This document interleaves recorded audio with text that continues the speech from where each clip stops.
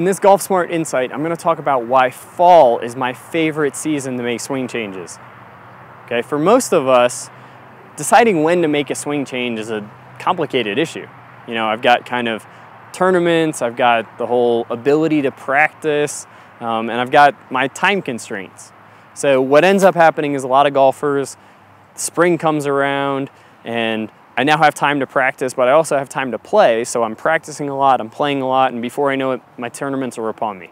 Well, when I come back out, you know, I have all this rust that's kind of built up over the winter, so in the beginning, it just kind of, I'm getting used to finding my swing again, and then I'm playing a lot, so if I make a swing change, my scores are gonna suffer, and I'll be embarrassed because my buddies will laugh at me. So, and then I've got these looming either trips or tournaments. And all that builds this extra stress, which makes it hard to commit to changes, which makes it hard to put in enough repetitions for them to actually work.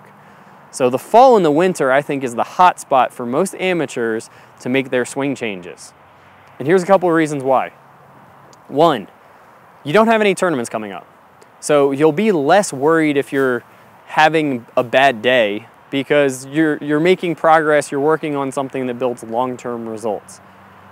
That's the major one, but here's kind of the major, or the 1B, if that's the 1A. Practicing on the golf course is one of the best ways to work on transferring a skill into your actual game. So what happens in the fall is the golf courses tend to slow down. So the course that I was a member at, I could easily go there and play a twilight round for cheap rates, and I would hit 5, 6 balls from the middle of the fairway, or from a punch shot, or from a chip shot. I would hit multiple balls on the course, and these little walks in between would give me time to kind of think about it and process it, and then start over again. It's the complete opposite of the rapid fire structure that most people do on the range. And that rapid fire thing just doesn't work. It's kind of like cramming for a test. It gives you real short-term results, but you don't learn anything in the long run. Practicing on the golf course can give you some real long-term achievements and help you build real solid motor patterns. So I think that the fall is the best time to make these swing changes and the best time to practice because you're going to have time on the course, you're going to have a lot less stress, and the combination of those two seems to build the recipe for real good improvement.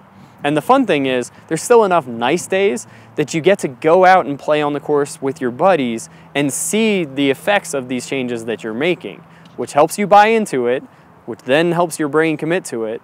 And then over the winter, I think there's a process that's almost like defragging the computer, where it reorganizes and actually reinforces the good things more than the bad. So get out there, enjoy the fall, practice on the golf course, and start building the swing that you're going to be able to enjoy in the spring.